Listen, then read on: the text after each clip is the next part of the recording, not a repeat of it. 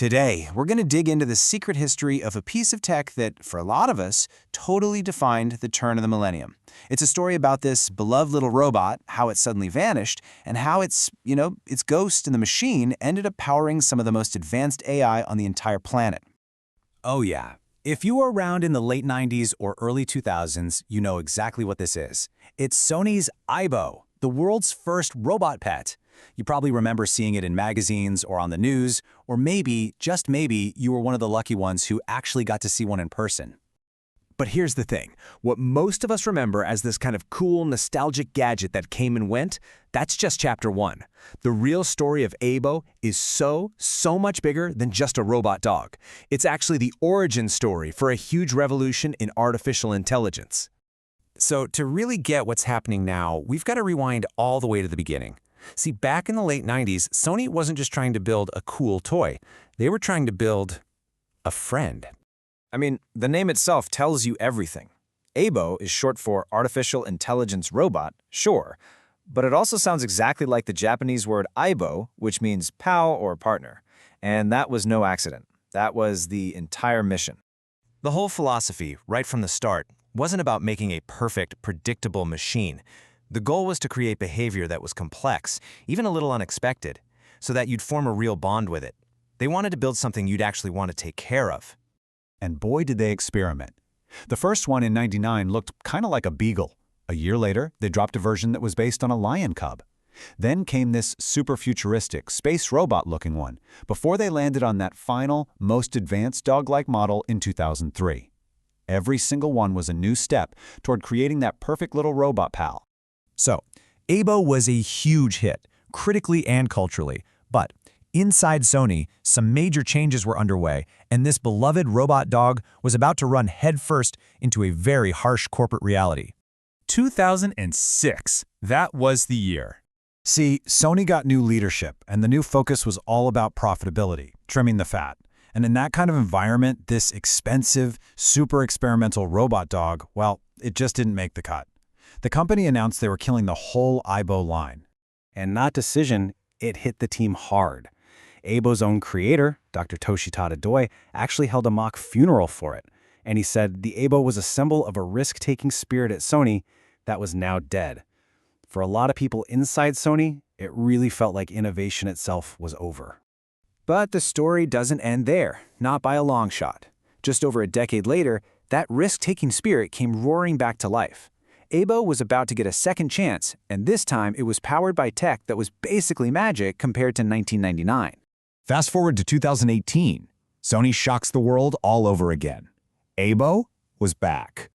But this wasn't just some nostalgia play. Not at all. The new Aibo, now spelled with a lowercase a, was a totally different beast. It wasn't just a machine in your living room anymore. It was a connection to something way bigger. Okay, so here's the difference in a nutshell. The original Aibo, its brain was a processor inside its body, and you'd pop in a memory stick to give it a personality. The new Aibo, its brain is in the cloud. Its personality isn't programmed. It learns and evolves from how you interact with it, and it's constantly getting smarter through updates. It was a massive leap. And this, right here, is where our story takes its most surprising turn. Because bringing Aibo back wasn't just about a product. It was about taking everything Sony had learned from it and unleashing it across the entire company. After working on Aibo for over 20 years, Sony had boiled it all down to this beautiful, simple framework for AI and robotics. First, you sense the world. Then, you use AI to think about what to do. Then, you move and act in the real world. And, this is the most important part, you learn from that experience so you can do it better next time. That little sense, think, move, learn loop, it's basically Aibo's DNA. And now, it's the engine driving everything from cars to drones to superhuman gaming AIs. That little robot dog literally taught Sony how to build a whole new kind of intelligence. And just look at the family tree that grew from that one little robot dog. You've got Gran Turismo's Sophie, an AI that can outrace the best human players in the world. The Vision S electric car, which turns into your own personal entertainment bubble. Air-peak drones, even a project with robot chefs. All of it all traces back to the lessons they learned from that very first robot partner.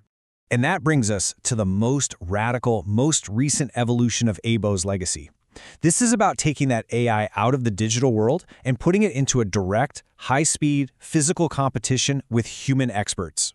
You know, for decades, we've seen AI conquer games like chess or Go. But the real, physical world, with all its messy physics and the need for split-second reactions, that's always been the final frontier. Well, until now. Everybody meet Ace. It's a robot Sony AI built using that exact same sense, think, move, learn framework, but they applied it to one of the fastest sports on the planet, table tennis. And when they put Ace up against elite and professional human players, the results are just staggering. Ace beat multiple elite players and even took down 3 out of 4 professional-level opponents. This isn't just a robot that can hit a ball back. It's an AI that can compete and win at the very highest levels. So what Ace proves is that an AI can now operate in the messy real world, at the very edge of human performance. And in some cases, it can actually push right past it. It can see, decide, and act faster than we can. Which kind of brings us full circle, doesn't it? The original Aibo was named for the word partner. It was built to be a companion, but its descendants like Ace and Sophie can now beat us at our own games. And that leaves us with this huge, fascinating question. What does our partnership with AI really look like when our partners are becoming superhuman?